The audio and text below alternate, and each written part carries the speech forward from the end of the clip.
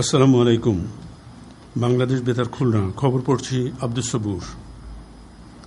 দেশের সমুদ্রগামী, উপকূলীয় এবং অভ্যন্তরীণ জলসীমানায় চলাচলকারী ইঞ্জিন চালিত সকল নৌযানের ডাটাবেস প্রবর্তনের লক্ষ্যে নৌপরিবহন অধিদপ্তর এবং বাংলাদেশ পরিসংখ্যান ব্যুরোর যৌথ উদ্যোগে দেশে প্রথমবারের মতো আগামী 20 থেকে 29 আগস্ট সময়ে নৌযান শুমারি 2026 পরিচালিত হবে।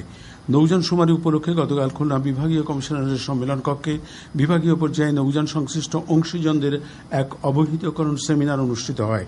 বিভাগীয় কমিশনার মোহাম্মদ আবদুল্লাহ হারুন এতে প্রধান অতিথি ছিলেন।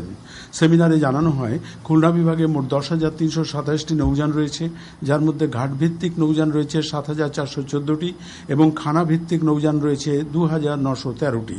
অতিরিক্ত বিভাগীয় কমিশনার সার্বিক আবু সাইদ মোহাম্মদ মঞ্জুর আলমের সভাপতিত্বে অতিরিক্ত ডিআইজি তোফায়েল আহমেদ এবং নৌ অঞ্চলের পুলিশ সুপার মোহাম্মদ মঞ্জুর মোর্শেদ এতে বিশেষ অতিথি ছিলেন। বিভাগীয় পরিসংখ্যান কার্যালয়ের যুগ্ম পরিচালক মোহাম্মদ আব্দুল আলিম সেমিনারে মূল প্রবন্ধ উপস্থাপন করেন। বিভিন্ন সরকারি বেসরকারি দপ্তরের কর্মকর্তা, নৌ পরিবহন মালিক গ্রুপ, ট্যুর অপারেটর অ্যাসোসিয়েশন এবং নৌ সংশ্লিষ্ট প্রতিনিধি সহ গণমাধ্যম কর্মীরা এতে অংশ নেন।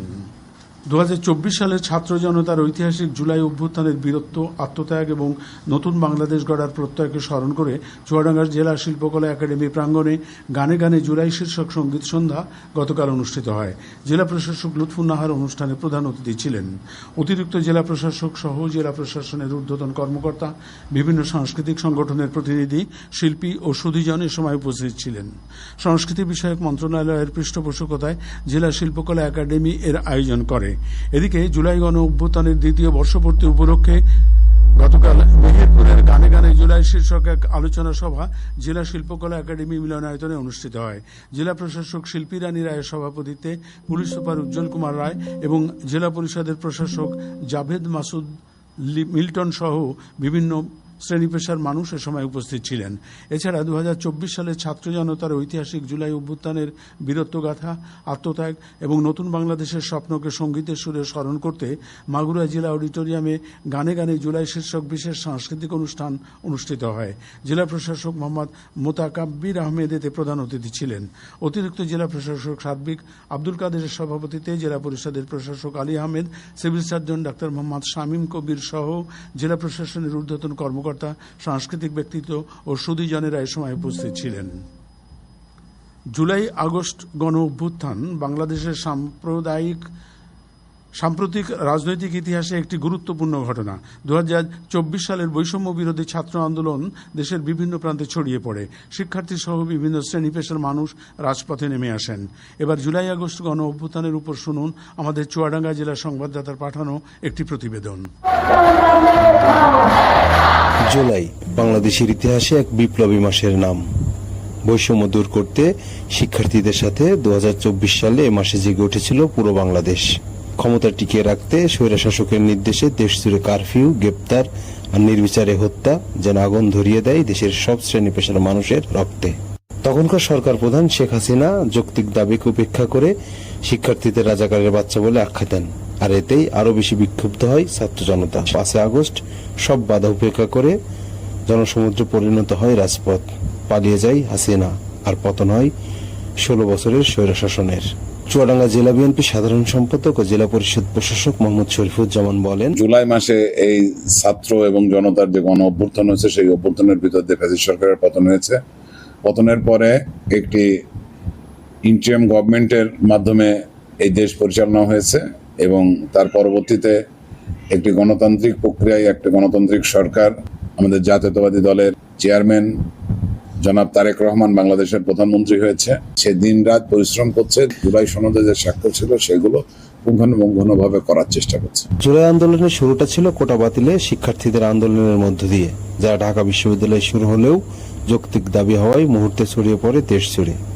সারা দেশের মতো তখন চুয়াডাঙ্গাতেও গজরে উঠেছিল ছাত্র জনতা। এক দফার দাবিতে রাজপথে নেমেছিল এ জেলার হাজারো ছাত্ররা। আমাদের এক দফাটি হলো শেখ হাসিনা সহ এই সরকারের পতন এবং চাকরিবাদের বিলোপ।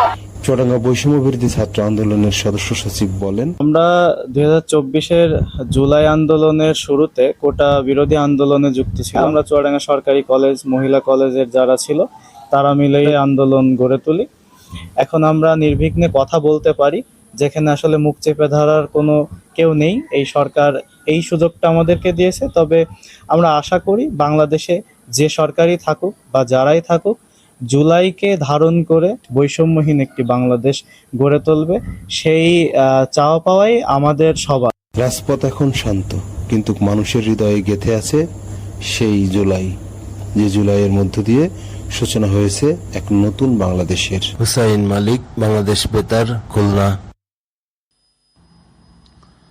সাতক্ষীরার দেভাটা ও কালীগঞ্জ অঞ্চলের প্রান্তিক জনগোষ্ঠীর জীবনমান উন্নয়ন ও দারিদ্র্য বিমোচনের লক্ষ্যে গতকাল আধুনিক কৃষি যন্ত্রপাতি ও সৌরচালিত সেচ পাম্প বিতরণ করা হয়। দেভাটা উপজেলা নির্বাহী কর্মকর্তা প্রধান অতিথি হিসেবে এসব উপকরণ বিতরণ করেন। স্থানীয় জনপ্রতিনিধি সহ উপকারভোগীরা এ সময় উপস্থিত ছিলেন। এ সময় একটি গার্ডেন টিলার, একটি পাওয়ার টিলার এবং একটি সৌরচালিত সেচ পাম্প বিতরণ করা হয়। খেলার খবর ফুটবল। ঝিনাইদহের মহেশপুর সরকারি ডিগ্রি কলেজ মাঠে জেলা প্রশাসক গোল্ড কাপ ফুটবল টুর্নামেন্টের গতকালের ফাইনাল খেলায় মহেশপুর পৌরসভা একাদশ 1-0 গোলে স্বরূপপুর ইউনিয়ন একাদশকে পরাজিত করে চ্যাম্পিয়ন হয়েছে। অতিরিক্ত জেলা ম্যাজিস্ট্রেট প্রধান অতিথি হিসেবে বিজয়ীদের মধ্যে পুরস্কার বিতরণ করেন। এদিকে সাতক্ষীরার Kalaroa GKMK pilot high school মাঠে এক প্রীতি ফুটবল খেলায় Kalaroa ball field football boys club 2-0 গোলে রায়টা সবুজ সংঘ ক্লাবকে পরাজিত করেছে। সবশেষে আবহাওয়া। আজ বেলা 1টা পর্যন্ত আবহাওয়ার পূর্বাভাসে বলা হয়েছে খুলনা, রংপুর, দিনাজপুর, বগুড়া, টাঙ্গাইল, ময়মনসিংহ, ঢাকা, বরিশাল, পটুয়াখালী, নোয়াখালী, চট্টগ্রাম, কক্সবাজার ও সিলেট অঞ্চলসমূহের উপর দিয়ে দক্ষিণ পূর্ব দিক থেকে অস্থায়ীভাবে ঘন্টায় 45 থেকে 60 কিলোমিটার বেগে দমকা থেকে ঝোড়ো হাওয়া বয়ে যেতে পারে। সেই সঙ্গে বৃষ্টি অথবা বজ্রসহ বৃষ্টিপাতের সম্ভাবনা রয়েছে। এসব এলাকার নদীবন্দর সমূহকে 1 নম্বর সতর্কতা সংকেত দেখাতে বলা হয়েছে। খবর শেষ হলো। আমাদের পরবর্তী খবর প্রচারিত হবে দুপুর 12টা 10 মিনিটে বাংলায়।